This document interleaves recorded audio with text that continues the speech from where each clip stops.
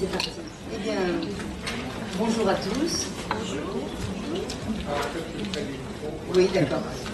Je m'appelle Christine Louveau, je suis docteur en pharmacie, j'ai un doctorat également en pharmacochimie moléculaire, enfin bref, c'est une spécialité de neurobiologie. Et je vais vous parler d'un sujet qui n'est pas du tout scientifique et qui pourtant a une base scientifique. C'est la sophroanalyse des mémoires prénatales de la naissance et de l'enfance. C'est une méthode que j'ai mise au point depuis 17 ans maintenant et qui permet à tout un chacun d'aller libérer la racine de tous les scénarios limitants de sa vie, toutes les stratégies, les croyances qu'on a, qui nous pourrissent la vie, et d'aller libérer cette racine exactement à l'endroit où elle s'est mise en place. C'est pas trop fort là? Non, ça va, je ne casse pas les oreilles, bon c'est bon. C'est-à-dire en toute sécurité, dans une méthode qui est uniquement en simple relaxation, eh bien vous êtes guidé par votre principe supérieur, moi je l'appelle votre âme, eh bien dans la vie intra-utérine, dans l'enfance, au moment de la naissance, parfois juste avant de vous incarner. Et votre âme vous y conduit en toute sécurité parce qu'elle connaît exactement votre niveau de conscience, vos ressources psycho-émotionnelles, et elle vous amène à la racine de toutes ces croyances que vous avez mises en place, qui sont limitantes, réductrices, destructrices parfois dans votre vie, et dont on va voir les propriétés, puisque ces fichues croyances, elles bouclent et se répètent sans cesse dans la vie, jusqu'à ce qu'à un moment donné, comme elles tapent de plus en plus fort, eh bien on se dit, mais là, ras-le-bonbon. Ce qu'on appelle les scénarios répétitifs. Ces petites phrases dont on se dit waouh, je comprends pas, malgré tout le travail que j'ai fait, je continue à avoir des croyances de dévalorisation, je continue à vivre des sabotages dans ma vie. Voilà, ça c'est l'essence de cette technique. Et je l'ai appelé également, puisque j'ai fait un livre, hein, bien entendu, je dirige aussi une école de formation, je continue à accompagner des gens, c'est toujours de la recherche, je suis chercheur, je fais 10 ans de recherche en biologie.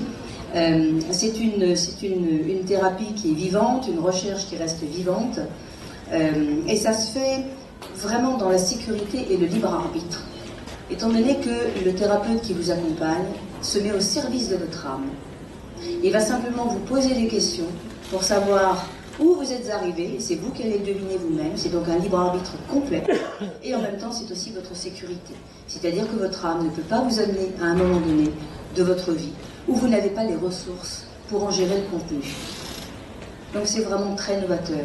Et cette technique que j'ai appelée votre âme aux commandes, eh bien, elle permet d'unifier à la fois la psychologie, parce que vous allez comprendre à l'intérieur de cette technique tout votre fonctionnement. Comment vous vous êtes construit. Quels sont les fils conducteurs dans votre vie qui vous ont amené là où vous en êtes aujourd'hui. Et c'est vraiment dans la finesse. Et puis en même temps, elle unifie la spiritualité parce que votre âme, qui prend les commandes dans les séances, est aussi celle qui va vous donner le sens de ce que vous avez vécu. Pourquoi est-ce que vous avez vécu ces souffrances, ces limites?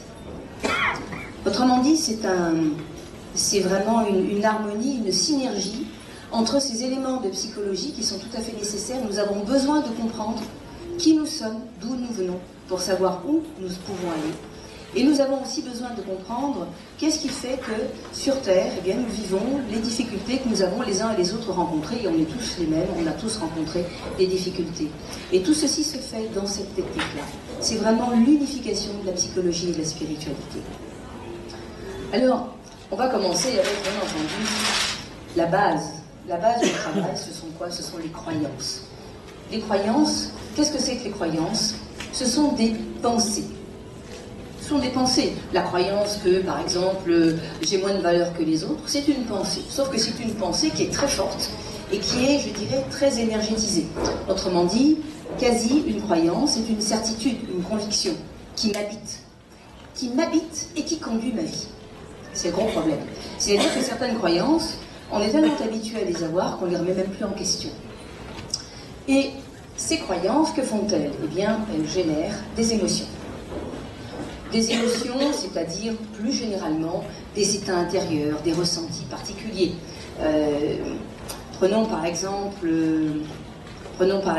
quelqu'un, une femme, tiens par exemple, qui aurait peur, petite, qui a été un peu maltraitée par son père. Okay, il y avait des baffes, et il n'y avait pas des baffes c'était pas les baffes pour des bêtises, c'était des baffes qui frisaient un peu la maltraitance. Cette femme, qu'est-ce qui se passe? Elle a mis en place une croyance, et bien énergétisée celle-là, hein. Elle a mis en place la croyance que les hommes sont dangereux. Mon père est dangereux, mais une croyance se généralise. Donc les hommes sont dangereux. Bien. Vous voyez comme c'est déjà bien limitant dans la vie. Autrement dit, quand elle se trouve en présence d'un homme, qu'est-ce qui se passe? Il y a automatiquement des réflexes de repli, de méfiance, des réflexes où, quelque part, voilà, je fais plutôt un pas de côté. Bien. Et effectivement, ces émotions, comme vous le voyez, génèrent des comportements. Et le problème, c'est que ça fait une boucle. C'est-à-dire que ces comportements que nous avons, à un moment donné, nous sommes là et nous les analysons. On fait toujours un petit bilan, enfin, pour les choses les plus importantes. Nous analysons tout ça. Et quand nous analysons ça, qu'est-ce que nous faisons? Eh bien, nous venons nous reconfirmer les croyances initiales. Prenez cette dame. Imaginez qu'elle soit tout simplement en train de marcher dans la rue, et puis elle va pour traverser la route, et à ce moment-là, il y a un homme qui vient vers elle. Voilà, visiblement, c'est pour demander son chemin. Sauf que lorsque cet homme s'approche de cette femme, à ce moment-là, il lui dit, ben, madame, est-ce que vous savez où se trouve la rue telle? Et la dame lui répond, j'en sais rien, moi. Et elle tourne le dos. Que se passe-t-il? Ben, elle s'est approchée de cet homme, enfin plutôt cet homme s'est approché d'elle, elle a eu peur, et qu'est-ce qu'elle s'est dit? Elle s'est dit, dans un coin de sa petite tête, qu'est-ce qui me veut celui-là? Je suis sûre qu'en fait, il cherche autre chose. Ou il va me faire du mal d'une manière ou d'une autre. Et son comportement, bien entendu, a été un comportement de fuite. Mais vous voyez qu'elle continue sur son petit trottoir et qu'elle finalement, elle renforce sa croyance initiale. Est-ce que tout le monde comprend? C'est ça le principe des croyances qui bouclent. C'est que finalement, chaque événement dans lequel nous sommes replongés, nous revivons cette croyance et nous renforçons sa validité. Nous la reconfirmons en permanence. À l'inverse, si je prends une dame qui, elle, bon, je dirais, voilà, tout à fait bien, elle a même la croyance que la nature humaine est assez généreuse et naturellement bonne, et cette femme également marche dans la rue, un homme vient vers elle et lui demande son chemin. Que fait-elle? Eh ben non, la rue un tel, je ne sais pas du tout où elle est, mais enfin c'est pas grave, on peut demander à quelqu'un. Vous voyez la différence? Et quand cette dame qui aura gentiment répondu au monsieur va continuer sa route, qu'est-ce qu'elle se dit? Elle se dit, eh ben ma foi, il y a toujours quelque chose de bon à partager entre les gens. Et elle se reconfirme sa croyance initiale, qui elle est positive. Tout le monde a compris? Donc, nous passons notre temps à faire des boucles. Ces boucles de reconfirmation, soit elles sont extrêmement limitantes, soit elles peuvent être très positives. La dame qui a la croyance que la nature humaine est très bonne, bah, pas de souci pour elle, hein, on ne va pas la changer celle-là. Par contre, celle qui a cette croyance-là, vous imaginez les problèmes affectifs qu'elle peut rencontrer, et même dans son travail et par ailleurs. C'est clair? Bon. Alors, ces croyances, il faut les changer, et c'est le but. Et c'est très intéressant, parce qu'il suffit de changer la croyance, et c'est toute notre vie qui change. C'est-à-dire, si je change l'idée que j'ai de quelque chose, je vais changer les émotions que j'ai dans les situations que je vais vivre, et je vais changer tous mes comportements et en faire quelque chose de positif. Alors, il faut comprendre, dans le détail, comment se mettent en place les croyances. C'est très simple. Quand on est petit, en général, avant 1 an et demi, eh bien, on a une difficulté avant 1 an et demi. Donc ici, je vais marquer ça, c'est l'adulte. Ici, je vais marquer avant 1 an et demi. Le problème qu'on a, c'est qu'on n'a pas la parole. Je ne parle pas des enfants précoces. Hein. Autrement dit, quand il y a quelque chose qui ne va pas, je ne peux pas dire ce qui ne va pas. Je ne peux pas aller chercher une explication. Je ne peux pas dire à mes parents, bon, explique-moi pourquoi il y a ci, pourquoi il y a ça. Et en plus, de toute façon, même si j'avais la parole, souvent les parents, ils ne savent pas expliquer non plus. Hein, soyons clairs. Donc, avant 1 an et demi, je vais prendre de plein fouet tout un tas d'événements. Et je prendrai des exemples, bien entendu, après, dans la vie intra-utérine. Pourquoi? Parce que c'est le premier théâtre, finalement, où ces croyances-là se mettent en place, à l'insu de la mère, à l'insu des parents, du père également. C'est-à-dire que, voilà, imaginons que, voilà, j'ai 1 an, bon, bah, je commence à marcher un petit peu, bon, etc.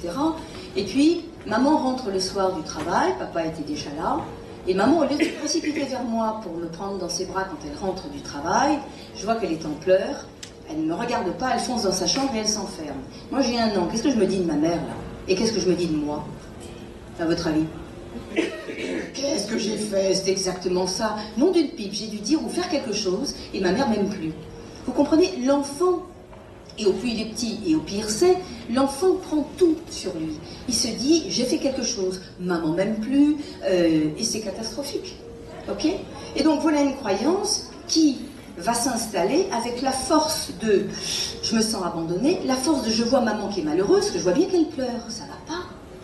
Vous vous rendez compte? C'est ça la pensée énergétisée. Qu'est-ce que c'est que l'énergie? L'énergie, c'est l'émotion qui va avec et qui va graver cette pensée-là dans votre psychisme, elle s'y installe, et après, une fois que c'est gravé, c'est relu en permanence. Ok? Du coup, qu'est-ce qui se passe? Ici, j'inscris une croyance extrêmement limitante, ok? Alors, une et plusieurs, et cette croyance, regardez, elle va faire ça. Dans la vie de cet enfant de 1 an, c'est-à-dire, elle va boucler, retaper dans la vie, et regardez, avec une intensité croissante. De la même façon, si je prends un exemple dans la vie intra-utérine, parce qu'on va voir que la force de la technique dans la sophroanalyse des mémoires prénatales, de la naissance et de l'enfance, oui, c'est un nom à rallonge, mais ça vous montre que votre âme peut vous accompagner partout. C'est ça que ça veut dire. Eh bien, la force de la technique, c'est vraiment de vous ramener à la racine, à l'origine de ces croyances. Pourquoi? Dans d'autres techniques thérapeutiques, il n'y a pas de souci, tout est bon, hein, donc je ne fais pas de prosélytisme, surtout pas. Mais vous pouvez par exemple, avec une technique lambda, arriver à un moment donné de votre enfance où vous avez tapé sur une croyance de culpabilité, comme celle que je viens de nommer, et vous allez la libérer. Et par exemple, vous la libérez à l'âge de 7 ans. Et puis effectivement, vous la libérez, puis vous sentez que ça va un peu mieux, quoi. Ah bah tiens, oh, ça va mieux, c'est chouette. Et vous vous dites, ça y est, j'en suis débarrassé. Sauf que vous avancez dans votre vie, et puis, boum, patatras, 15 jours après, 1 mois après, ça recommence. Eh ben non, je m'en suis pas débarrassé. Pourquoi je m'en suis pas débarrassé? Pour une raison très simple, regardez. C'est que finalement, c'est l'âge auquel s'est installée la croyance qui prend les commandes dans votre vie. C'est plus vous, en tant qu'adulte, qui êtes là en train de dire, moi, vous êtes tout à fait les uns et les autres dans la volonté d'être heureux, de réussir, d'être capable de vous exprimer correctement, etc., etc. Donc il y a bien une volonté consciente. Sauf que, dans certaines circonstances, et vous l'avez tous expérimenté, nous l'avons tous expérimenté, eh bien, on s'entend dire, on se voit réagir exactement de la mauvaise façon. Parce que vous n'êtes pas aux commandes. Qui est aux commandes? L'enfant à l'intérieur de vous. L'enfant, l'embryon, le fœtus. Vous avez compris? C'est ça. Et donc, si je reviens ici à cet âge-là de 7 ans, c'est ok, il est libéré cet âge-là. Sauf que l'élastique, il va continuer à tirer. Parce que c'est lui, c'est cet âge-ci qu'il faut libérer. La véritable origine. Est-ce que c'est clair? Bon. Et, justement, votre âme va vous y aider. Alors, votre âme, votre principe supérieur, je vais quand même expliquer ce que c'est que votre âme, parce que c'est un terme qui, effectivement, est très usité. Dans toutes les traditions, on va retrouver le mot âme. Je trouve d'ailleurs personnellement qu'il est très joli. Mais qu'est-ce que c'est en réalité que notre âme? Eh bien, c'est une dimension spirituelle, votre âme. Autrement dit, une dimension spirituelle, c'est-à-dire, imaginez-vous, alors une dimension, je ne peux même pas dire une entité, tellement c'est vaste, qui est en dehors du temps, en dehors de l'espace, qui est pleine d'amour, mais qui chemine également. Votre âme chemine, votre âme grandit aussi. Autrement dit, votre âme n'est pas l'unité. Bon, d'aucuns ont peut-être entendu parler de la physique quantique, d'autres, tout simplement, croient en Dieu, la source. Chacun ses croyances et sa carte du monde. Ce que je veux simplement dire, c'est que votre âme n'est pas la lumière. Vous voyez, votre âme est un principe, une dimension très élevée, qui est donc affranchie de la dualité. Elle n'est pas dans l'incarnation enfermée, hein, comme certains pourraient croire. Et elle grandit par l'expérience qu'elle fait dans cette incarnation au travers de, je dirais, des véhicules que la Terre nous prête gentiment. Tous vos corps sont des véhicules de location. Autrement dit, vous les habitez à un moment donné et vous les habitez quand vous avez terminé vos expériences. Et quand vous remontez, votre conscience, et c'est là que je vais faire la différence, remonte, elle rejoint votre âme et elle ramène à votre âme tout le contenu de cette expérience. Et bien entendu, votre expérience, c'est pas d'avoir ramassé des biens ou de la matérialité. C'est d'avoir transformé votre vision de la vie, de vous-même, et d'avoir ouvert votre cœur. C'est ça que vous remontez à votre âme. Autrement dit, votre âme est un principe supérieur, c'est elle qui va conduire les séances. Bonne nouvelle, c'est pas votre conscience. Parce que votre conscience, elle est limitée. Votre conscience, elle est coincée là-dedans. Qu'est-ce que c'est que votre conscience? Tout simplement. Eh bien, c'est ce dont vous êtes conscient au moment où vous en êtes conscient. Vous allez me dire, c'est une lapalissade? Pas complètement. Regardez. On définit assez aisément ici, peut-être avez déjà vu ce schéma où on représente un iceberg, où on voit ici la conscience, et puis ici on représente l'inconscient. Alors évidemment, c'est vrai que la conscience est très limitée. Vous êtes limité de quelque chose, je dirais de façon consciente, par exemple le confort de votre chaise, par exemple la voix. Vous êtes en ce moment conscient de vos propres histoires, vous retravaillez les petits morceaux, ça vous fait des liens. Tout ça, vous en êtes conscient. Mais si je vous dis, est-ce que vous êtes conscient de la température de la pièce? Ma foi, c'était pas une donnée que vous aviez. Pourquoi? Mais cette température, c'est une information qui est donnée par votre inconscient. Il y a plein de choses que vous captez, mais qui ne vous arrivent pas en lumière. Vous me suivez? Et donc, quand vous avez besoin d'une autre information, il suffit de faire de la place et de laisser remonter celle-ci. C'est comme ça que ça fonctionne. Conscient, inconscient, en fait, c'est quelque chose qu'il faut absolument démystifier. L'inconscient n'est pas un gros océan noir où il y a des tas de trucs qui se cachent. C'est pas ça dont il s'agit. C'est simplement que nous sommes limités en tant qu'être humain parce que cette conscience, eh bien, elle a, on va dire, de 5 à 9 choses qui peuvent être présentes simultanément dans l'esprit et pas plus. C'est tout. Mais en fait, nous avons à notre disposition toutes ces informations, c'est-à-dire toute notre histoire est là. Et toute notre histoire, fort heureusement, elle a été enregistrée par notre âme. Elle la connaît. Génial. C'est pour ça que notre âme est capable de nous ramener exactement dans les endroits où nous avons besoin, ok, pour aller libérer ces parties de nous qui tiennent les commandes et qui, du coup, involontairement, nous pourrissent la vie. Donc, vous avez compris, la conscience, c'est celle que vous allez faire fructifier dans cette incarnation. Vous allez l'élargir, vous allez rayonner, vous allez changer votre vision des choses, devenir plus tolérant, devenir plus sage.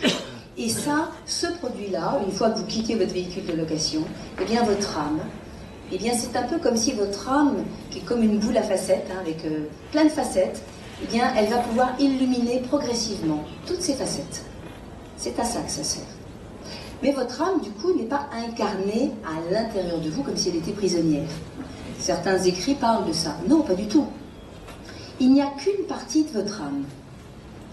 Une partie de votre âme, et je vais le mettre en vert, eh bien, qui s'est incarnée. C'est tout. Elle reste un peu comme en orbite. Autrement dit, c'est comme une dimension là-haut qui reste là de tout temps, puisqu'elle est hors du temps, hors de l'espace. Et c'est une petite partie d'elle qui est venue vous entourer et qui est toujours là en train de vous envelopper. Elle est toujours avec vous, votre âme. Sauf que nous ne l'apercevons pas. Et c'est quand nous commençons à l'apercevoir que là, notre vie change. Parce qu'elle nous guide, elle sait ce qui est bon pour nous. Elle a enregistré toute notre histoire. Mais nous sommes mus avec notre conscience par quelque chose que vous connaissez bien, c'est l'ego. Et notre ego, lui, il est affilié au temps, à l'espace, etc., etc. Voilà, et c'est lui qui doit bouger. Conscience-ego, c'est un peu la même chose. Alors, regardez. Ici, nous avons un âge qui a mis en place des croyances très réductrices. Que va faire votre âme? En toute sécurité, elle vous conduit, après 2 minutes de relaxation, exactement à cet âge-là. Parce que c'est là qu'il faut aller changer les croyances, et on va voir après les stratégies que nous avons mises en place à ce moment-là de notre vie. Parce que si nous les changeons ailleurs, ça ne fonctionne pas. L'élastique continue à tirer en arrière. Le principe, c'est d'aller le changer là, et on change tout. Et du coup, c'est tout ça qui va changer jusqu'à nous en tant qu'adultes. Je vous donne un exemple. Prenons un exemple, cette fois-ci, dans la vie intra-utérine, parce que c'est très important. C'est finalement là que toutes les choses se mettent en place. Et dans la vie intra-utérine, eh bien, au départ, nous nous incarnons dans l'œuf, c'est-à-dire le fruit de l'ovule et du spermatozoïde, ok. Ça, c'est la partie du petit véhicule de location, qui est en cours de construction. Tout le monde comprend, bien. Autrement dit, c'est ma conscience qui, du coup, va commencer, là-dedans, à prendre conscience de tas de choses. Je suis là et je suis capable d'entendre, de sentir, de ressentir, et de mettre en place des stratégies très importantes, même si je n'ai pas de cerveau. Ça n'a strictement rien à voir. La conscience est quelque chose qui va traverser le temps. C'est un flot continu. Autrement dit, vous êtes conscient avant de vous incarner, et après la mort, vous continuez à être conscient. Est-ce que je suis claire?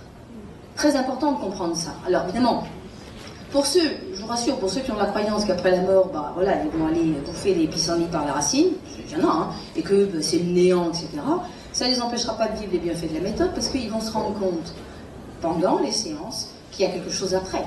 Tout ce que vous allez vivre dans cette thérapie qui est libératrice, ça fait qu'une vingtaine d'heures, même des potes, c'est expérientiel. Autrement dit, vous allez vivre de l'intérieur tout ce que je suis en train de vous raconter.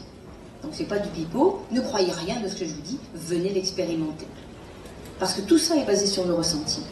Autrement dit, quand vous êtes dans cette vie intra-utérine, eh bien par exemple, vous êtes une conscience, votre corps ne fait que, allez, je sais pas moi, il fait peut-être quelques cellules. Et déjà, vous êtes conscient de tout ce qui se passe pour vos parents et pour vous. Imaginons qu'à ce moment-là, votre mère dise « j'ai pas du tout envie d'être enceinte et là, le test est en train de montrer que je suis enceinte, c'est une catastrophe. » Moi, je suis un petit embryon. J'ai pas grand-chose de cellules, mais je prends ça de plein fouet. De plein fouet. Autrement dit, j'ai bien entendu ma mère. Okay, j'ai bien senti que ça n'allait pas pour elle, parce qu'elle sait qu'elle est enceinte. Et moi, là-dedans, eh bien, je commence un cycle infernal. C'est-à-dire que ici, l'âge, c'est l'âge que j'ai quand j'entends ma mère dire ça. Et c'est un âge qui va se figer dans le temps. C'est-à-dire qu'à ce moment-là, eh bien, tout ce que ma mère va dire, tout ce que je ressens, tout ce que je crois de la situation, sur moi, sur la vie, s'inscrit, se grave dans le marbre, et ne va pas cesser de se répéter tout au long de ma vie. Et qu'est-ce que je me dis? Je me dis, maman ne veut pas de moi, j'ai aucune valeur. Je me dis aussi, je vais être malheureux toute ma vie, puisqu'elle ne m'aime pas.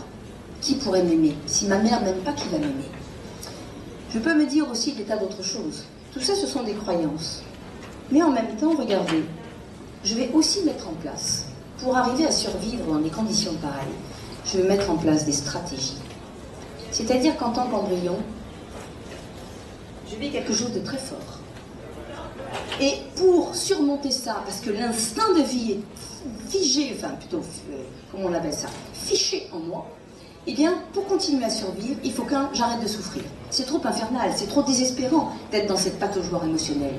Alors, pour arrêter de souffrir, ben, je vais mettre en place des stratégies, comme par exemple, je me coupe de mes émotions. Hop, rideau. Tout d'un coup, je sens plus. Oh, ça va mieux, je m'anesthésie. Chouette. Mais je peux mettre en place d'autres stratégies pour arrêter de souffrir. Par exemple, je peux aussi arrêter de penser. Alors, je vous rassure, c'est momentané. Hein. Vous savez, ces moments où on a des blancs. Hein, le blanc qui fait que, tout d'un coup, dans une situation émotionnelle un peu forte, on n'a plus rien qui fonctionne là-haut. On se dit, mais c'est pas possible, j'ai plus de cerveau. Ça ne dure heureusement que quelques instants, enfin ce sont des instants qui vous font parfois vivre de grands moments de solitude. Hein, quand vous êtes en place devant des gens, avec des personnes qui vous importent, hein, ces blancs-là, ils sont particulièrement nocifs. Hein. Heureusement, ils ne durent pas, mais pour autant, ce sont des moments où nous allons revivre la même stratégie. Je me coupe de ces émotions, je me coupe de mes pensées.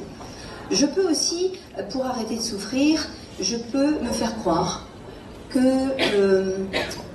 je peux me faire croire que j'ai rien entendu. Autrement dit, je peux mettre en place des stratégies de déni. Je n'entends rien, je me fais croire que ça n'a pas existé. Et il y a aussi un certain nombre de personnes qui sont dans des croyances de déni, et ça peut être très très embêtant pour la suite. Et puis, je vais aussi mettre en place des stratégies pour tenter d'être aimé de cette mère-là, ou de ce père, c'est la même chose. Hein. On peut vivre des croyances de non-désir avec un père. Autrement dit, stratégie, soit pour arrêter de souffrir, soit pour tenter d'être aimé, et des fois c'est même pas de tenter d'être aimé, c'est tenter d'être vu, un peu reconnu. Oui, je vous en prie. Et celles-ci, elles vont consister par exemple, je me dis, bon, pour essayer qu'elle m'aime un peu, je vais me faire tout petit, je vais pas la déranger. Comme ça, elle va finir par me voir. Ou alors, je me dis, parce que je vais faire pour tenter d'être aimée, je vais tout faire pour elle, je vais la sauver, je vais lui faire plaisir. Je vais donc, quelque part, dans ma pensée magique d'enfant, je vais imaginer ce que ma mère a envie pour qu'on lui fasse plaisir. En fait, elle n'en sait rien du tout de ce qui se passe dans sa tête. Et dans ces stratégies pour tenter d'être aimé, toujours, en tant qu'enfant, eh bien, je fais passer mes besoins après ceux de ma mère. C'est ça le problème. Autrement dit, mes besoins à moi, je les tais, je les refoule. Et ces besoins-là, vous savez, ces petits enfants parfaits, moi j'aime bien parler des anges blonds, qui ne sont pas forcément blonds, mais ces enfants, garçons et filles, dont on dit oh, ils sont super, ils ont toujours fait leur nuit, ils n'ont jamais été malades, ils sont bons à l'école, ils ne dérangent pas. On finit même plus par s'en occuper parce qu'on sait qu'ils se débrouillent tout seuls. Et ces enfants-là, qu'est-ce qui se passe? Leurs besoins ne sont pas satisfaits, ils ne les expriment pas. Et puis ils grandissent, et puis un jour ils arrivent, alors très souvent d'ailleurs à l'âge de l'adolescence, des fois avant, des fois un peu après. Et à un moment donné, tout ce qui a été refoulé en tant que besoin, un besoin est un besoin, c'est physiologiquement quelque chose d'important, et bien tout ça réarrive et va faire péter le couvercle. Et on a des enfants qui tout d'un coup changent brutalement de comportement, on se demande vraiment pourquoi, mais quelle mouche les pique. Ils étaient si sages et si gentils. Oui, parce que là, c'est la goutte d'eau qui a fait déborder le vase. Vous comprenez ce que je veux dire? Donc c'est des petites bombes ambulantes, moi j'appelle ça des petites bombes. Alors, regardez. Il y a des croyances limitantes sur moi, sur ma valeur, sur la possibilité que j'ai d'être aimé. Et du coup, il y a toutes ces stratégies. Les stratégies aussi vont boucler. Elles se généralisent également. C'est-à-dire que si j'ai comme stratégie, par exemple, oh ben, je vais me faire tout petit, je ne vais pas gêner. Voilà quelqu'un qui ne prendra jamais sa place dans la vie. Et ça sera au bureau, ça sera dans sa famille après, quand il aura ou elle aura un partenaire et des enfants. Il ne prendra jamais sa place. On va toujours laisser les autres prendre cette place-là. C'est pour ça qu'au bout d'un moment, je vous dis que dans la vie, quand ça tape trop fort, après on se dit mais c'est plus possible, que j'avance plus, je ne me réalise pas. Finalement, c'est comme si cet être-là, avec une croyance et une stratégie comme celle-ci, prenait de moins en moins de place, c'est-à-dire devenait de moins en moins consistant. Il y a des gens qui disent même, je suis transparent. Oui, c'est terrible. C'est transparent. Mais complètement. D'ailleurs, dans des groupes, on dit ah oui, t'as vu Dominique? C'est qui Dominique? Enfin, ça fait 6 mois qu'elle est avec nous. Ok? Et en même temps, parce que là, franchement, on va avoir la pire des croyances. Et ça, c'est la force aussi de la sophranalyse des mémoires prénatales. C'est la croyance de culpabilité. Ce petit embryon qui est dans le ventre de sa mère, qu'est-ce qu'il se dit? Il se dit, mais je perçois que ma mère, elle est malheureuse, là. Quand elle vient de faire son test de grossesse, c'est une catastrophe. Je sens bien qu'elle est complètement effondrée. Mais complètement, c'est ma faute. Autrement dit, l'embryon, dans sa pensée magique, il se dit, finalement, j'ai forcé la porte. Autrement dit, je reste, et c'est parce que je reste, parce que je me suis immiscée, que je la rends malheureuse. Vous avez compris. Sauf que, croyance de culpabilité, alors celle-ci, je la mets en rouge, parce que le nom d'une pipe, c'est vraiment la pire de la pire. Les croyances de culpabilité, et toutes, quelles qu'elles soient, vous savez ce qu'elles génèrent, en termes de stratégie, des auto-punitions. Autrement dit, je suis en train d'aborder là le point principal dans la vie d'un être humain, ce sont les sabotages. C'est-à-dire ces moments de votre vie où vous vous dites, non, d'une pipe, je ne comprends pas, j'ai tout préparé, tout va bien, etc. Et je fais foirer. Ou on fait foirer à côté. Parce que les croyances, ce que nous avons vu au départ, ces pensées énergétisées, ce sont elles qui dessinent votre vie. Elles vont attirer, elles vont aimanter, littéralement, des situations, des personnes autour de vous qui vont vous permettre de reconfirmer vos croyances. Okay? C'est la pensée qui régit la matière, pas l'inverse. C'est très important d'entendre ça, parce que la clé, c'est la pensée. Si vous ne changez pas les pensées, si vous ne changez pas vos croyances, vous pouvez aller voir tous les thérapeutes du monde, énergéticiens, excellents pour le coup, il n'y a pas de souci là-dessus, ostéopathes, etc. Sauf que ça pètera tout le temps. Excusez-moi du peu. C'est-à-dire que si votre étage conscient n'est pas éclairé, s'il n'y a pas un sens là-dedans, si vous ne modifiez pas ce qui est plus haut que vous, et qui s'infuse dans la matière de votre corps, de votre psyché, de vos émotions, si vous ne le changez pas et que vous agissez uniquement ici, vous êtes dans un traitement, je dirais, symptomatique, exactement comme les médicaments, mais vous ne traitez pas la cause. Suis-je clair? C'est très important d'entendre ça.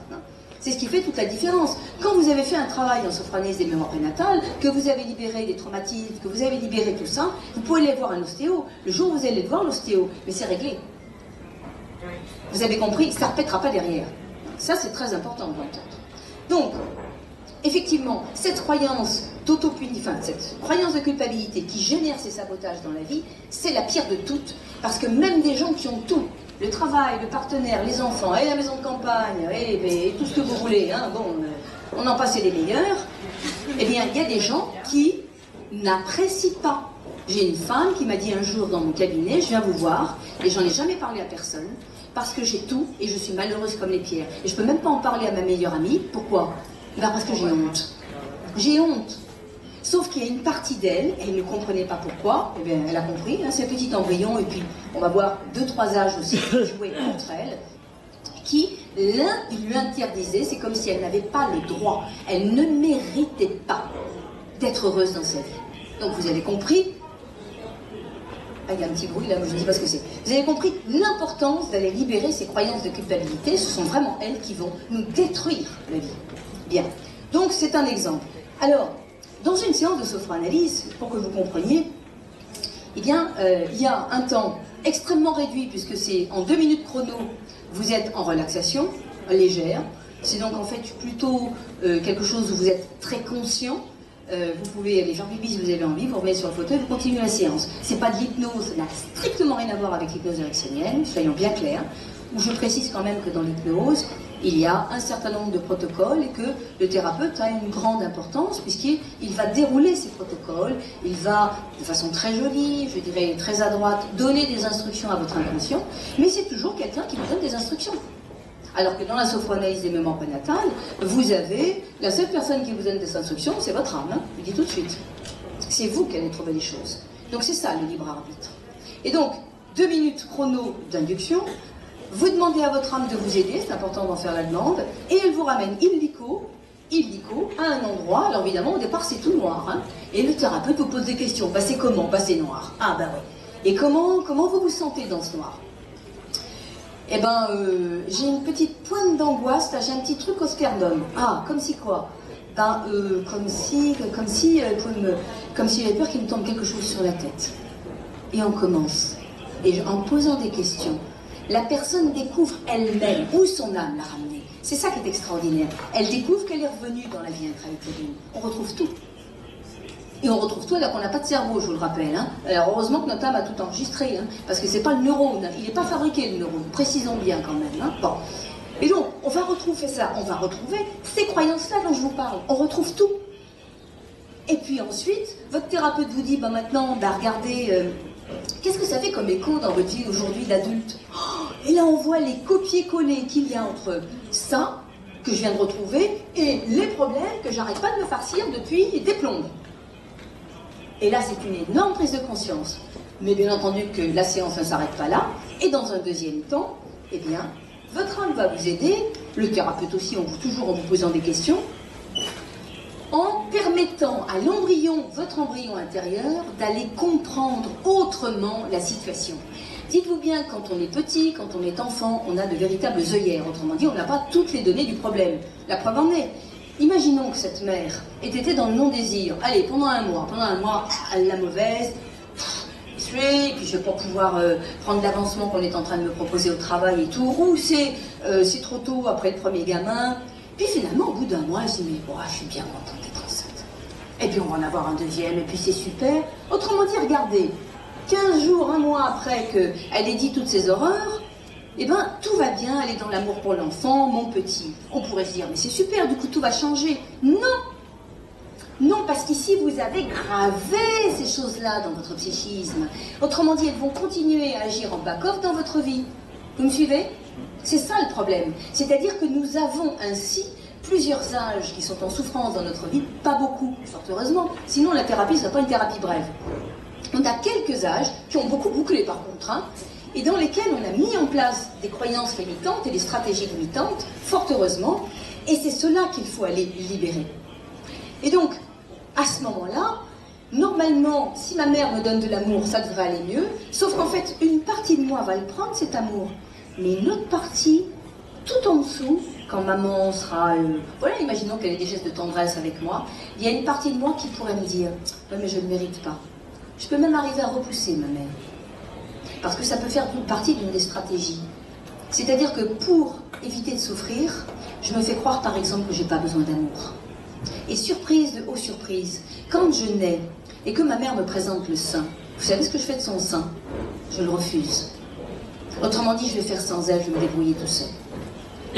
Donc nous avons une panoplie de stratégies. On est tous différents, et ce qui fait aussi que le métier d'ailleurs est fort varié. Hein. Donc il n'y a pas une histoire qui ressemble à une autre. Hein. Mais c'est pour vous donner un petit panel. On peut aussi être dans une forme de rébellion par rapport à la mère. Hein, et ne pas comprendre pourquoi. Et la mère ne comprendra pas non plus pourquoi. Ça fait des mères malheureuses, ça, également. Et donc, dans cette deuxième partie de séance, pour aller changer ses croyances, que va-t-on faire? Eh bien, on va essayer de comprendre autrement, c'est-à-dire d'élargir ce panel de vision que j'avais. Et par exemple, une chose est très importante, est-ce que c'est une petite conscience désincarnée qui force la porte des parents, qui les force à faire l'amour? Vous voyez, vous, sans corps, avec un petit pistolet, on ne sait pas comment vous le tenez, appuyant sur la tempe des deux parents, bon alors maintenant vous allez faire l'amour et que ça saute, hein, et fabriquer ma première cellule. Eh ben non, ça ne fonctionne pas comme ça. Mais dites-vous bien qu'en tant qu'embryon, quand vous êtes là, parce que vous êtes dedans vous, et puis vous entendez ça, ben vous dites, ah, mais alors finalement je ne suis pas coupable. Le pied, non mais attendez, rendez-vous compte. Et là, on est vraiment dans le ressenti et la force de la technique. C'est-à-dire que je le vis.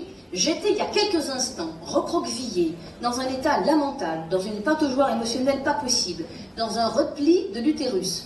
Tout d'un coup, je prends conscience que je ne suis pas coupable. Vous savez quoi? C'est que tout d'un coup, j'arrive à bouger.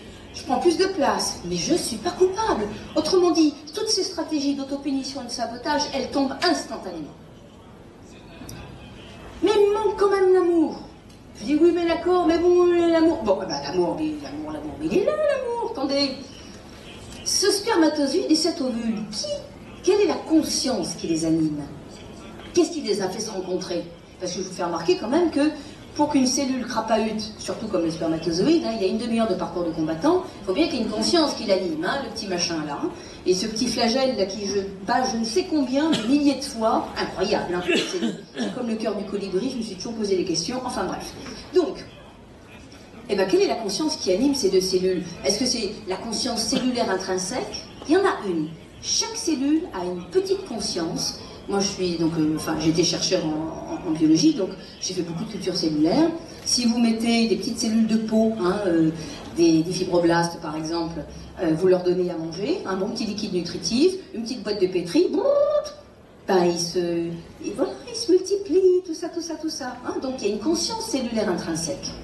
Alors est-ce que c'est celle-là? Est-ce que c'est les pensées des parents qui vont animer les spermatozoïdes et les ovules? Je vous fais remarquer qu'il y a 500 millions de spermatozoïdes, à peu près, hein, juste en une fois qui sont éjaculés.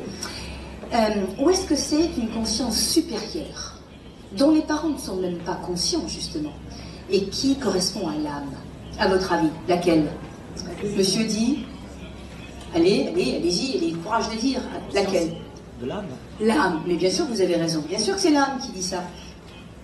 En fait, moi que j'accompagne des gens qui viennent, des couples, qui viennent et qui n'arrivent pas à avoir d'enfants. Cela étant, tout fonctionne chez eux. Les spermatozoïdes, les ovules, madame a des beaux ovocytes, monsieur a des beaux spermatozoïdes, nombreux, mobiles, et tout le tintouin.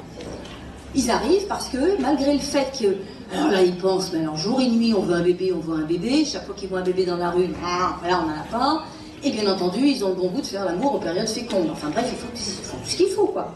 Sauf que le bébé, il vient pas.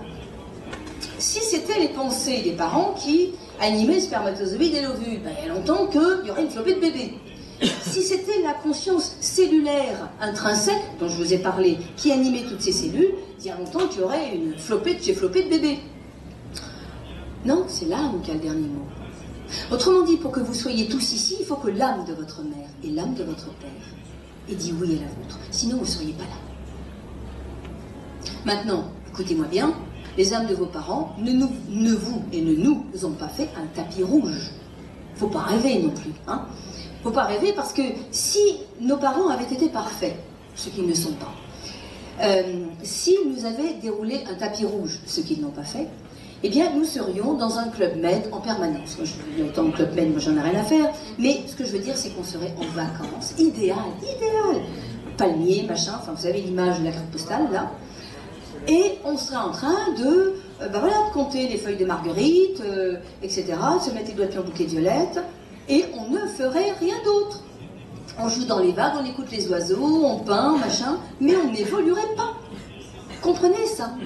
L'être humain est tellement paresseux que si vous ne lui mettez pas quelques obstacles en face de lui, il n'évoluera pas.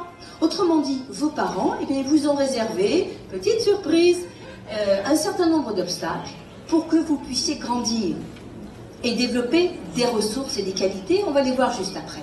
C'est ça le sens des choses. Et ça, votre âme sait lesquelles, elle sait pourquoi.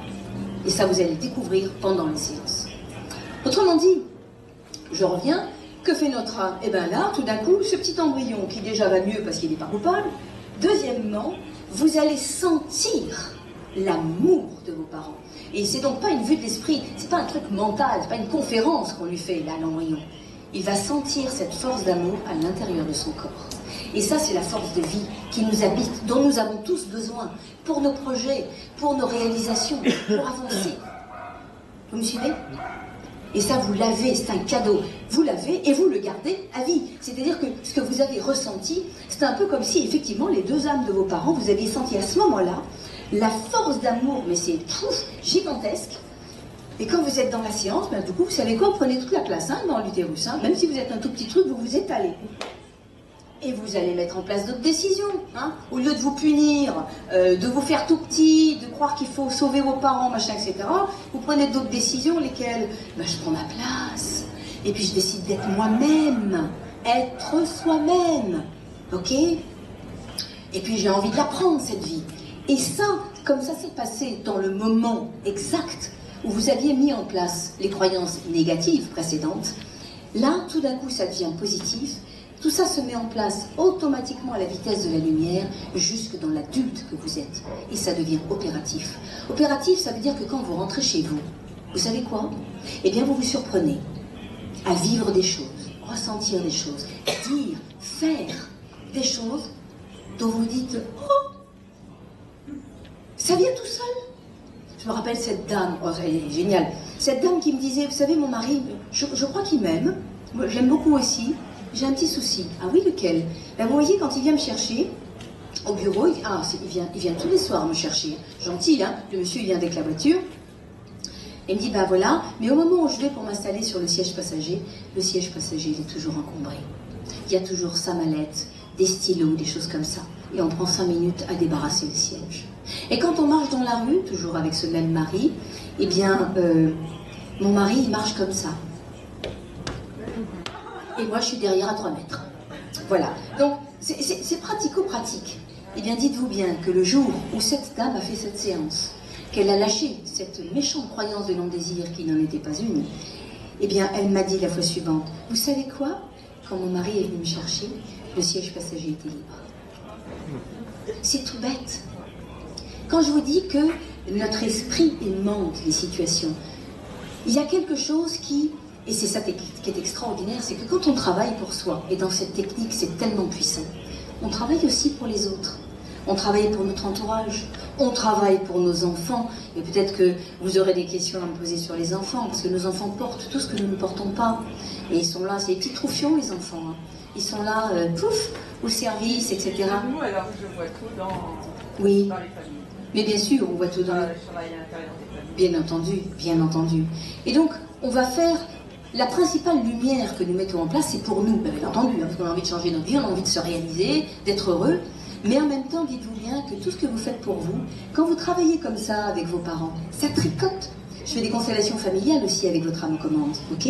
Eh bien, bien entendu qu'ils ne sont pas présents. Hein. On va travailler avec les âmes de vos ancêtres, des fois l'âme des parents, parce que, enfin, en tout cas vos parents en tant que représentants, s'ils sont encore vivants. Et en même temps, vous rentrez chez vous, et puis moi je me rappelle une dame comme ça, sa mère, il y avait un froid depuis au moins 5 ou 6 ans. J'ai dit bien 5 ou 6 ans, un truc énorme. Un gros froid. Sa mère lui faisait la gueule, enfin bon bref. Et elle fait un travail en constellation familiale, elle retrouve de l'amour et tout, mais en constellation. Hein. Bon. Et à la fin de la constellation, au moment de la pause, ça sonne. C'est son téléphone. Oh, elle me dit, mais attendez, je ne coupe même pas mon téléphone parce que personne ne m'appelle. C'est pour vous dire. Hein. Bien. Et vous savez qui c'était? Sa mère, qui lui disait, ça fait longtemps je me demandais comment t'allais. Elle en est tombée par terre. C'est ça le tricotage d'inconscient à inconscient. C'est juste extraordinaire. Parce que dans cette technique de la sophroanalyse, qu'est-ce que vous faites? Vous allez libérer des vieilles chaînes. On va voir qu'il y a plein d'endroits où on peut les libérer, dans la naissance, etc. Je vais vous donner d'autres exemples. Des chaînes, c'est-à-dire des croyances militantes, des croyances que l'amour est souffrance, etc. Et du coup, non seulement vous les libérez pour vous, mais ça tricote de l'autre côté dans l'invisible. Et ça fait aussi des effets pour les autres. Donc c'est vraiment un travail sacré et extraordinaire. Alors, on a plein d'exemples dans la vie intra-utérine. On peut par exemple vivre, et c'est très fréquent, avec un jumeau. C'est-à-dire, alors un petit être hein, qui est avec nous, tout va très bien, sauf qu'il ne va pas rester. On va vivre quoi? On va vivre quelques jours, on va vivre 1, 2, 3 semaines avec lui, ok? Et puis tout ça passe bien entendu totalement inaperçu aux yeux de nos parents, hein, parce que oui, ils ne savent pas. Déjà, votre mère peut très bien ne pas savoir qu'elle est enceinte. Hein, pendant 3 semaines, c'est vraiment limite. Hein. Et là, ouh là là là là là, on vit des choses extraordinaires avec ces jumeaux, jumelles, des fois on en a plusieurs. Des choses qu'on appelle la fusion. La fusion, c'est-à-dire qu'on se sent compris, on se sent aimé. On a l'impression qu'on n'a même pas besoin de communiquer parce que l'autre comprend intuitivement et télépathiquement tout ce que nous sommes. Et puis un jour, il s'en va ou elle s'en va, brutalement. Et là, on se retrouve tout seul, abandonné, avec des croyances terribles sur l'amour, sur cette vie, et des stratégies qui vont aussi nous impacter toute notre vie, et particulièrement dans la vie affective. Parce que je peux, par exemple, à la suite de la perte gémellaire, me dire que c'est trop dur de souffrir la séparation. Et du coup, qu'est-ce que je fais plus tard dans ma vie? Eh bien, quand je trouve un partenaire, quelqu'un de bien, ou une partenaire, une ici, je suis bien entendu dans tous les genres, eh bien, ça va bien, ça commence à aller vraiment très très bien. Et là, vous savez quoi ce que je fais? Je sabote. Autrement dit, je vais dire quelque chose, je vais faire quelque chose, je vais le faire fuir ou la faire fuir. Et en fait, à ce moment-là, et c'est très intéressant parce que les gens vous le partageront toujours, à ce moment-là, il y a une partie de vous qui est soulagée. Il y en a une autre, bien entendu, qui a mal. Mais il y a une partie qui est soulagée. Et vous savez pourquoi? Parce que la stratégie, c'est finalement, comme je ne veux pas souffrir de la même chose, je vais couper avant que ça puisse arriver. J'ai tellement peur de la souffrance de la séparation. Autrement, je peux aussi chercher ce jumeau ou cette jumelle, et je peux le chercher longtemps. Alors, c'est-à-dire qu'en fait, je cherche l'être parfait. Rendez-vous compte qu'en tant qu'embryon, quand on vit quelque chose de cet ordre-là, c'est une fusion qui n'est pas une fusion, je dirais, au sens charnel du terme.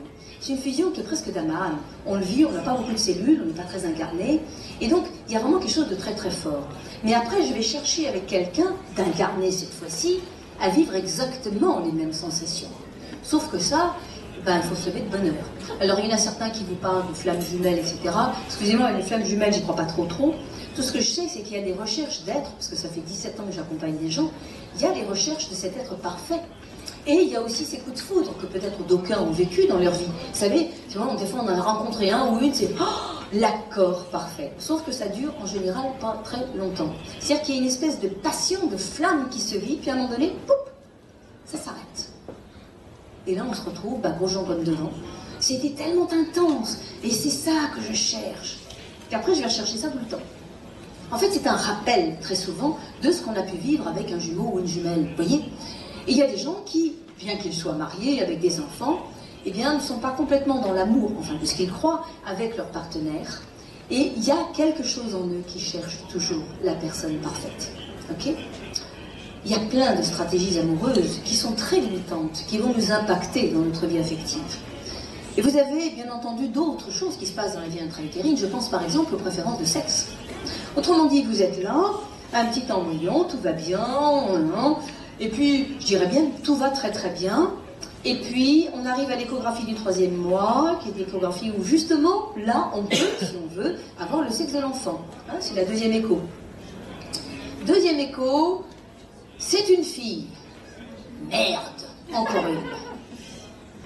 Et le merde, vous le prenez de plein fouet aussi, hein, mesdames et messieurs, quand on dit « zut, c'est un garçon », histoire d'être un peu plus poli, c'est la même chose. C'est d'ailleurs à ce moment-là, dans ces échographies, que parfois, avant même que ce soit à l'échographie, l'intention des parents, c'est, vous avez 1 mois, et à 1 mois, vous entendez votre père et votre mère qui disent « oh là, tu sais, la maman dit « chérie, tu sais, bon, j'ai vu le médecin, là, il m'a dit, oh, écoutez, là, vu votre visage, je suis sûre que c'est un garçon. » Parce qu'il y a des gens comme ça qui savent pour les autres. Hein. Oui, sauf que vous êtes une fille à l'intérieur. Et la mère d'ajouter, on va faire la chambre en rose.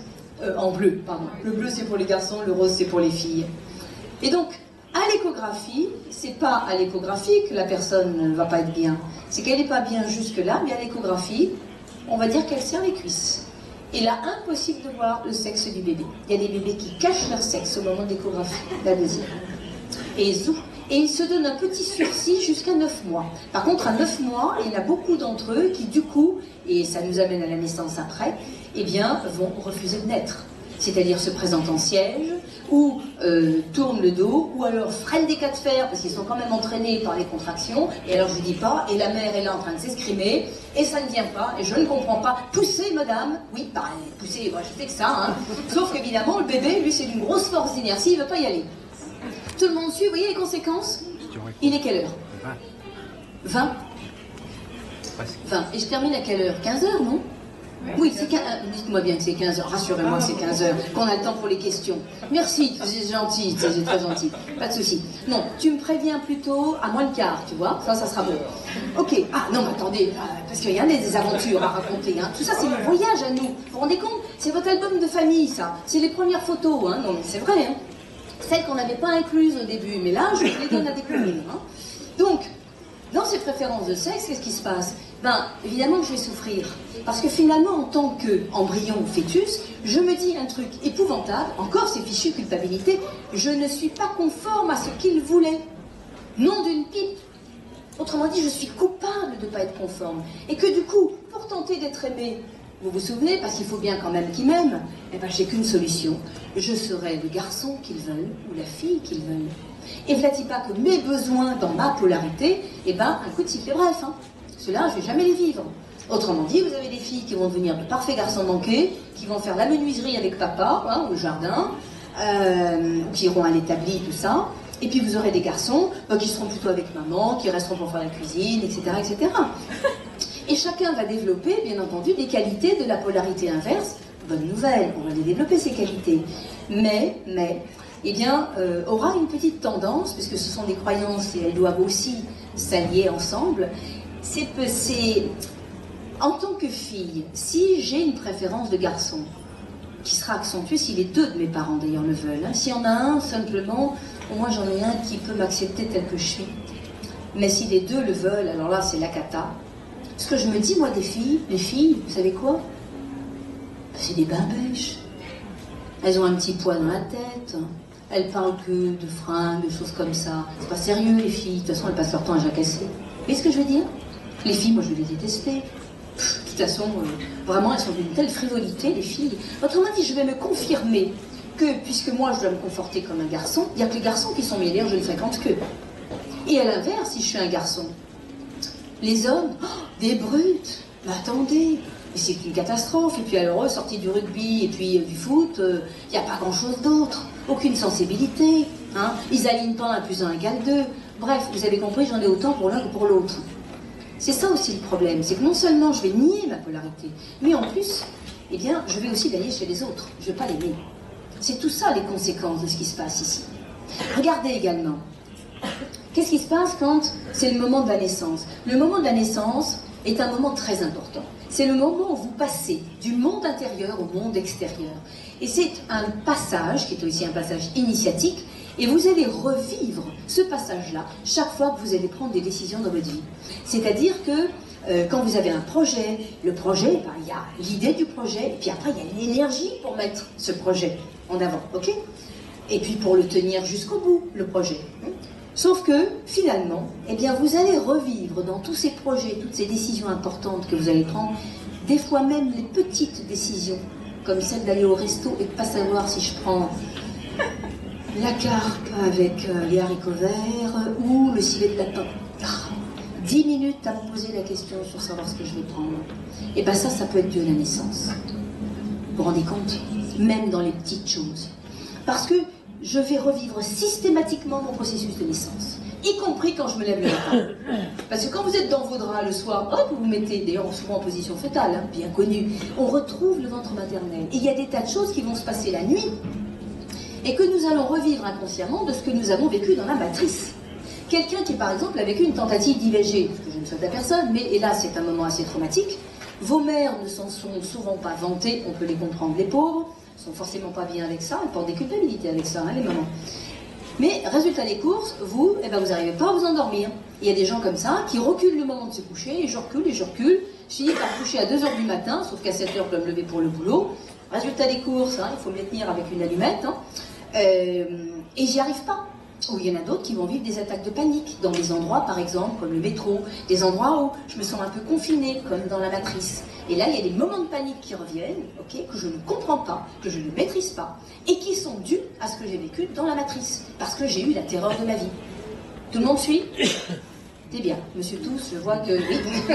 Bon, pardon, alors, nos corps réagissent à tout, hein, bien entendu. Hein. Alors, vous avez compris ce moment de naissance. Si vous vivez, par exemple, vous êtes né par césarienne, bien. Alors, tout dépend, bien entendu, aussi de qui est responsable de la césarienne. Est-ce que c'est votre mère qui, pour une raison ou pour une autre, dépendant de son histoire, nos mères ne sont pas à blâmer. Elles sont également, regardez, elles sont littéralement, comment dire, enfin, programmées par leurs enfants intérieurs. Moi, ma mère a vécu une naissance catastrophique parce que ça a duré je ne sais combien de plombes, ça a failli tuer sa mère. Ben, vous imaginez que moi, quand elle m'a eu, ça a été catastrophique. Mais c'est normal. Parce qu'en fait, elle revivait comme dans des poupées gigognes sa propre naissance. Et donc, elle avait tout verrouillé. Et pour verrouiller, elle verrouillé. Hein, bon. Donc, je me suis retrouvée à naître avec des forceps parce que, elle m'a laissé au milieu du gué, en plan, elle m'a bien coincée, avec une terreur de mourir, et au bout d'un moment, la terreur était même partie, j'ai dit, je demandais à mourir. J'en avais ras-le-pompon. Que je foute le camp et qu'on n'en parle plus. Et à ce moment-là, les forceps sont arrivés. Vous savez quoi? Eh bien, ça, je l'ai répété dans ma vie, un nombre incroyable de fois. C'est-à-dire qu'il m'est arrivé plein de situations où je me suis retrouvée, alors des situations bien entendu où ma vie n'était pas en danger, mais je me suis retrouvée dans des situations catastrophiques, financières, psychologiques, affectives. Et je me disais à chaque fois, bah, c'est la fin, tant pis, je lâche. Et au moment où je lâchais, le miracle. Sauf que le miracle, il était toujours douloureux. Moi, je me rappelle un jour, avoir été dans une merdouille financière, être obligée de... Alors, j'avais demandé de l'aide, je ne l'ai pas eu. J'ai dit, tant pis, c'est pas grave. Et ben, si ça doit se passer comme ça, c'est pas grave. J'avais vraiment lâché, j'étais au fond du bout du rouleau, et l'aide financière est arrivée. Sauf que vous savez quoi? Elle m'est arrivée avec une humiliation. Non d'une pipe, ça m'a fait mal comme les forceps. Vous avez compris ce qu'on répète? Les croyants, on répète la même chose. Les gens qui sont nés par césarienne sont des gens qui, hélas, n'ont pas pu faire ces mouvements qui accompagnent le mouvement de la mère. La maman, qu'est-ce qu'elle fait? Elle a ses contractions. Le bébé, normalement, il se coule dans les contractions, mais lui aussi, il avance. Hein, il répète. Hein. C'est une co-naissance. C'est un partage. Et on est vachement content quand on a fait. Puis le corps de la maman nous berce. Il y a des tas de trucs. Enfin, bon, je ne vais pas rentrer dans les détails. Mais quand vous n'avez pas vécu ça, dans la césarienne, vous pouvez avoir l'impression qu'effectivement, on vous a ôté ce libre arbitre de pouvoir sortir tout seul. Vous n'étiez pas frais. Des fois, il y a des césariennes qui se passent en urgence. Hein. Quand vous avez une toxémie gravidique, il faut intervenir rapidos. Hein. Sinon, c'est éclampsie. Hein. Donc, à ce moment-là, eh bien, vous avez des enfants qui peuvent rester dans une grande dépendance. C'est-à-dire qu'ils ne peuvent pas faire les choses eux-mêmes. Et certains vont le vivre de façon très soumise, c'est-à-dire que du coup, ils seront toujours en train d'appeler les autres, appeler au secours pour être aidés, pour faire le pas qui va plus loin, et d'autres vont plutôt adopter des stratégies de rebelles, c'est-à-dire, ok, ben, je vais y arriver, je vais prouver que je suis capable d'y arriver. Moi, j'avais une petite fille comme ça, la fille de mes clientes, 8 ans, elle avait les cernes jusque-là sous les yeux. Le soir, elle faisait ses devoirs, et sa mère se lamentait en disant, mais c'est affreux parce qu'elle n'y arrive pas beaucoup. Elle est très fatiguée, je le vois bien, et à 8 ans, on a besoin de beaucoup de sommeil, hein, je ne fais pas un dessin. Et quand je lui propose de l'aider, etc., elle m'envoie bouler avec colère. La mère était malheureuse et la fille n'avançait pas. Quand elle me raconte ça, et j'ai su bien entendu que cette petite était née par césarienne, je lui dis, c'est simple, va lui dire qu'elle est née de cette façon-là. Et que du coup, tu es désolé pour elle, que tu aurais adoré la faire naître par voie basse, normalement. Mais ça n'a pas été le cas. Et que tu comprends tout ce qu'elle a pu vivre, et que ça a été dur pour elle, son rythme n'a pas été respecté, son libre arbitre ne l'a pas été non plus. Et que tu vois aussi tous les efforts qu'elle fait, et dis-lui que tu l'admires, que tu es vraiment très fier d'elle, parce qu'elle met tellement d'efforts, tellement de courage à s'en sortir par elle-même, que tu fais chapeau bas. Et tu dis à ta fille, eh bien, moi je te laisse faire parce que j'ai confiance en tes ressources. Maintenant, sache que si tu en as besoin, je serai toujours là pour toi. Ça a tout changé. La relation entre la fille et la mère est devenue fluide. C'est exactement ce que sa fille avait besoin d'entendre. Vous me suivez? Vous avez compris? Donc nous avons un certain nombre d'empreintes comme ça, la naissance, l'enfance.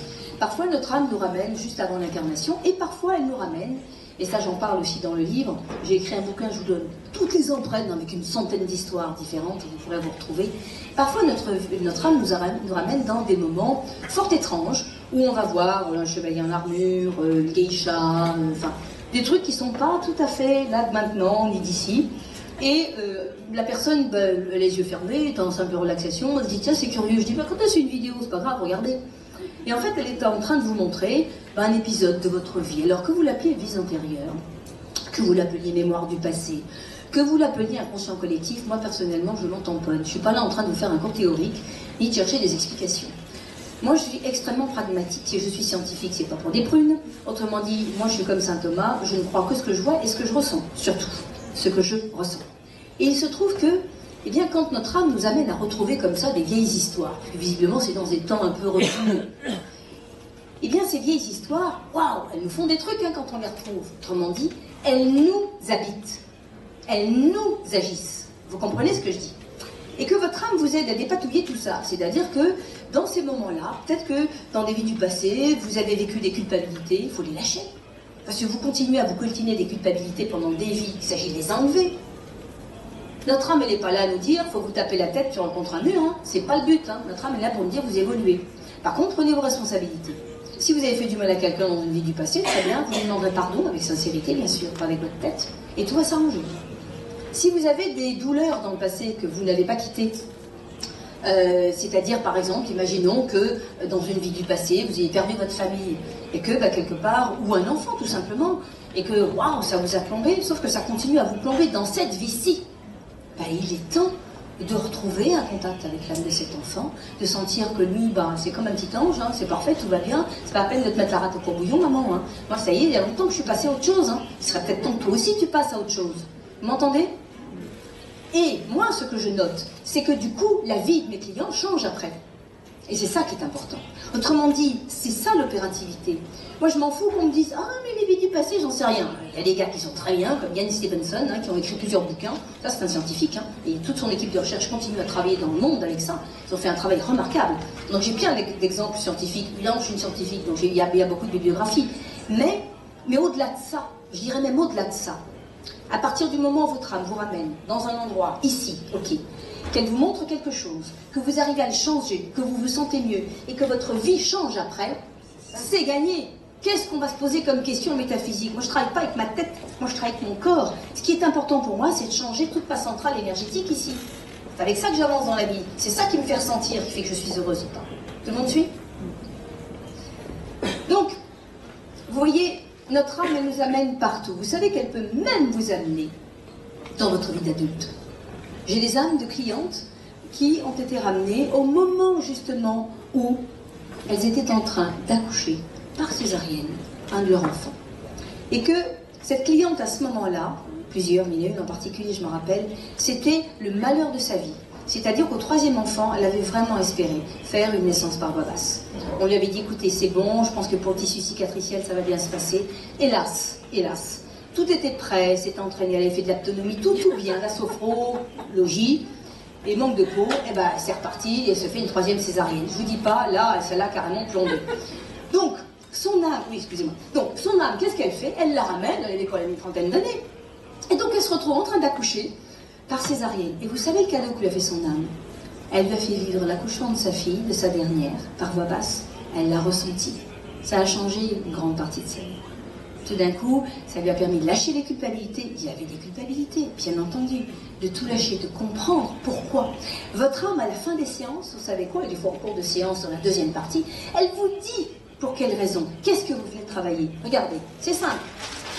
Je vous ai dit tout à l'heure que si nous n'avions pas des obstacles sur notre route, impossible d'évoluer. Autrement dit, vous avancez, ça c'est la vie, c'est le mouvement, et puis vous rencontrez un obstacle, un gros obstacle, on le met bien en noir. Quand vous rencontrez un obstacle, il n'y a pas 36 solutions. Comme la vie vous pousse, vous ne pouvez pas rester figé derrière l'obstacle, juste pas possible.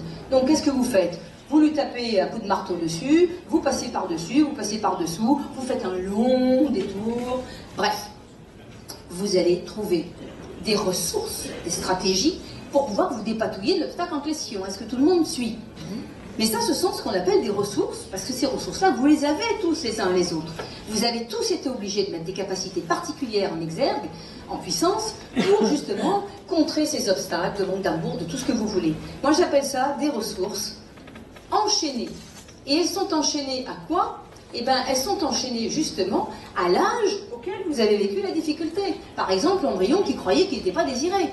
Autrement dit, même si vous avez la possibilité de... Voilà, du coup, j'ai appris à me débrouiller toute seule, j'ai appris à sentir les gens, j'ai appris à être dans une grande vigilance, j'ai appris à capter les ambiances, j'ai appris à avoir beaucoup de détermination dans la vie, etc., etc.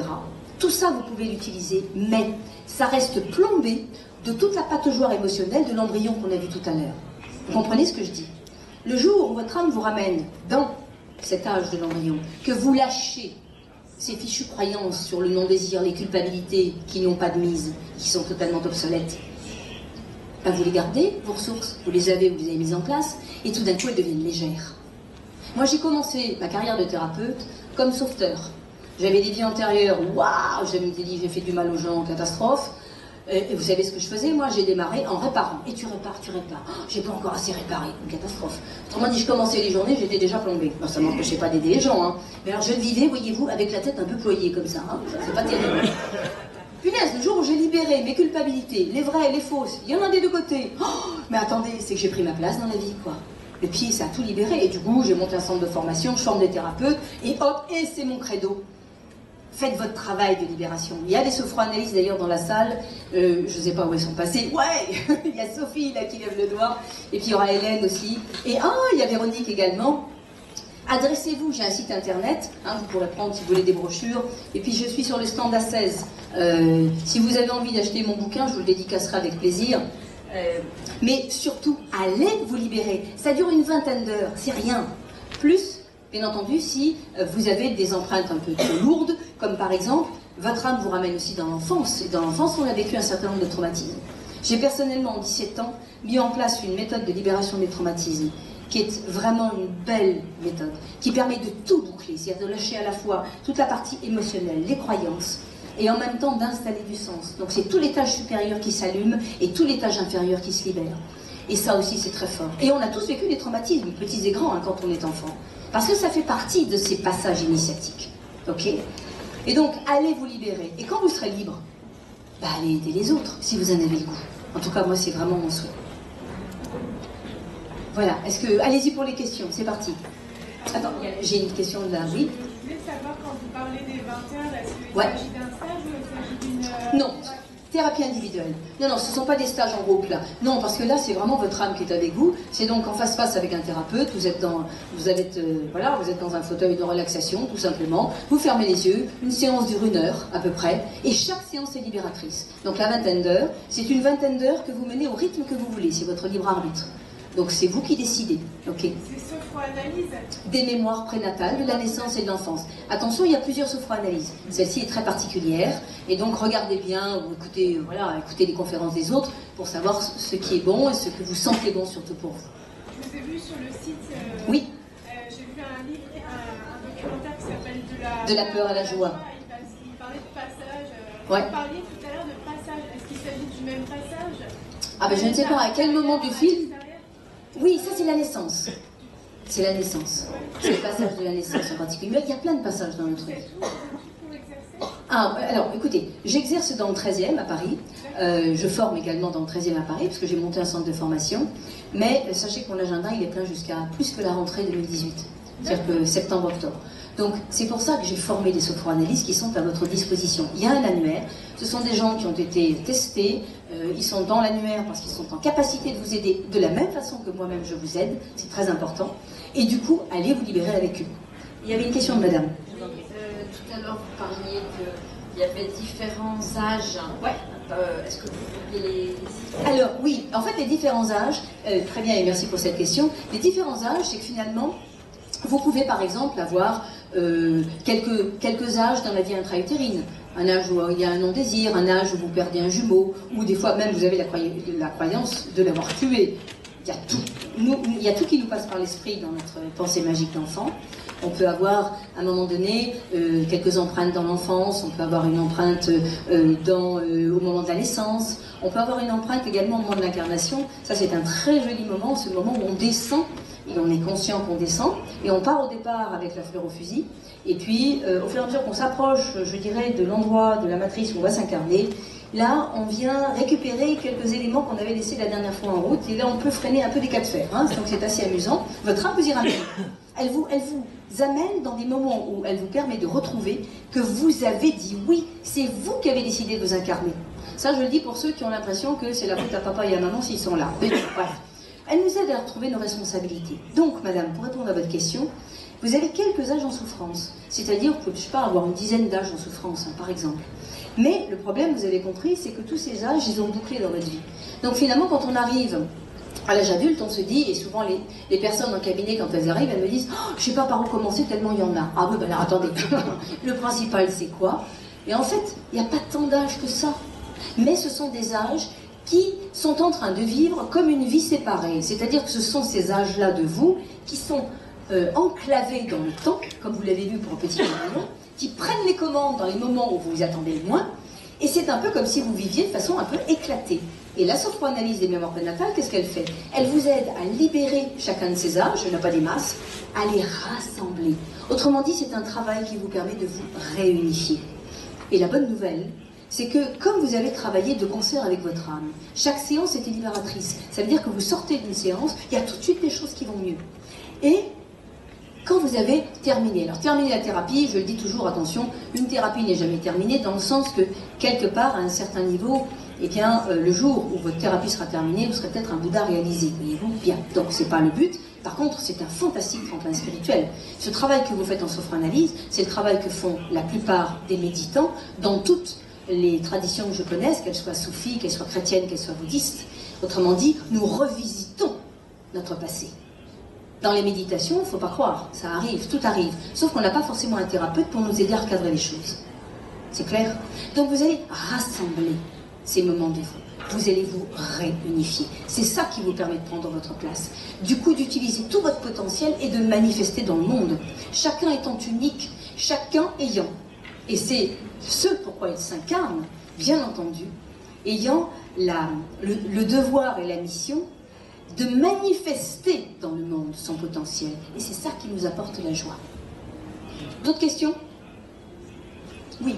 Le tarif, ah, les tarifs. Ouais, alors les tarifs dépendent des thérapeutes, il n'y a pas de thérapeute qu'ils ont fixé. Grosso modo, entre 60, sur Paris, dans la province, bien entendu, c'est moins cher. Sur Paris, c'est entre 60 et 80 euros de l'heure. Voilà, à peu près. Ok, sur combien de temps? Ah ben, les séances durent 1 heure en général. Voilà. Mais bien entendu, si vous habitez loin, etc., vous pouvez travailler par groupe de 2 heures, vous faites 2 séances. Hein. Pas de souci. Donc ça vous permet, tout en limitant les déplacements, de dépoter, parce que votre âme, en 2 séances, elle les articule de la bonne façon. Dites-vous bien que c'est votre âme qui choisit le parcours qu'elle va faire. Ça, c'est extraordinaire, c'est votre sécurité. Elle choisit, c'est-à-dire l'ordre dans lequel elle va vous faire faire la thérapie. Elle va par exemple, imaginons par exemple que il y a un truc un peu, cette tentative d'IVG dont je parlais, c'est un peu traumatique, c'est un peu dur. Il y a certaines personnes qui aujourd'hui, là, sont pas prêtes, je veux dire, à aller vivre ça de plein fouet, comme première séance d'âme aux commandes, pas du tout. Votre âme, ben évidemment, qui vous connaît bien et qui vous aime, c'est vraiment la dimension qui vous aime le plus, après la lumière, dirais-je. Elle va d'abord vous amener dans des moments où il faut que vous lâchiez des boulets, bien entendu, mais en même temps, vous allez prendre des ressources.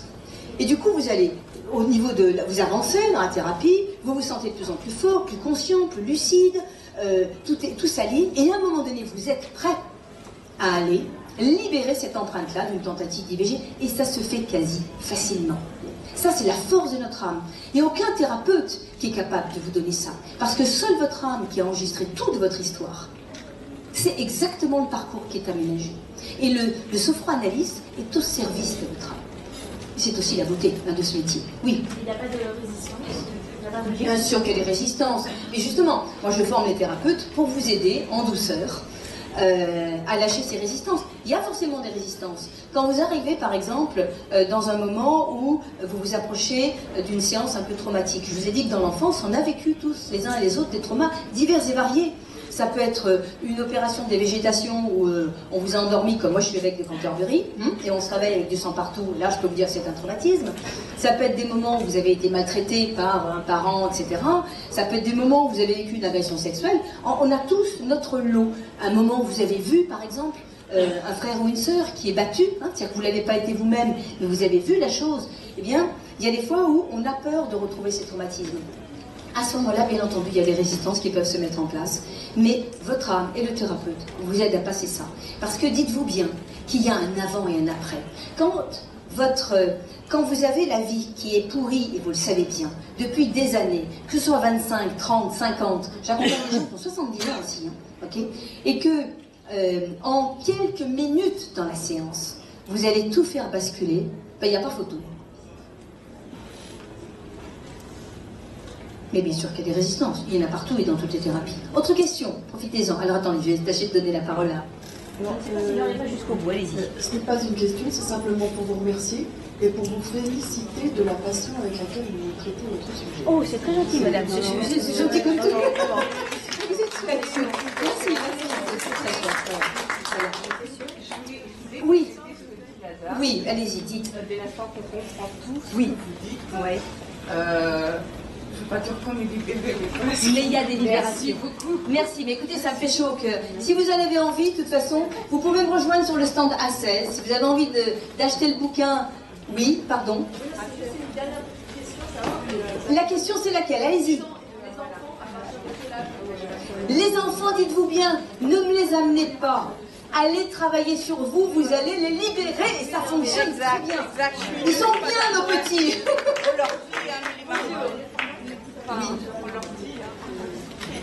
C'est 1 an la formation en sophroanalyse. À peu près. C'est 3 jours, il y a 8 cycles de 3 jours. Mais je vous expliquerai tout ça sur le stand. En tout cas, merci de votre attention. Bravo. Merci beaucoup.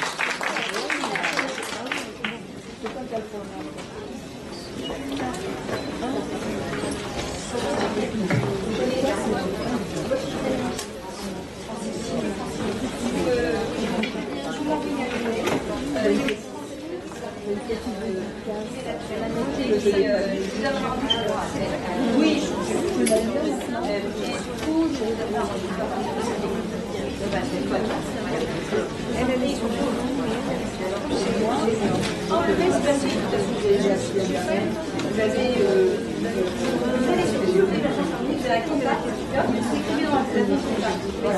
il y a même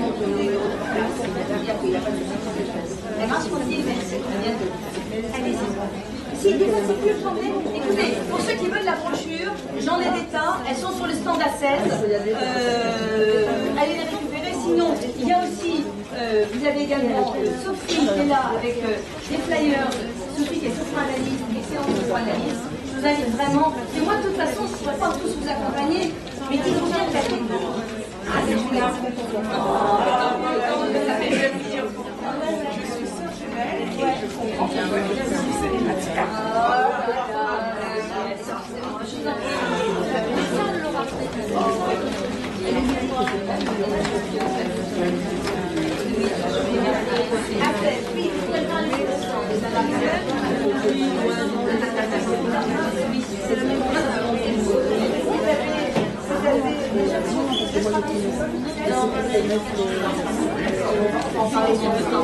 Un quart d'heure.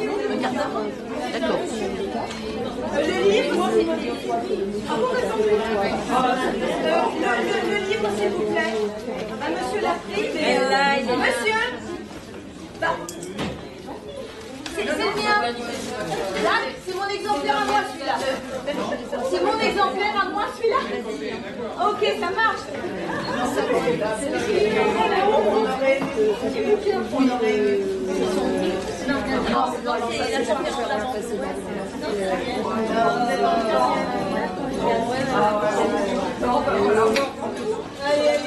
Allez, bon, mais je t'ai dit enfants et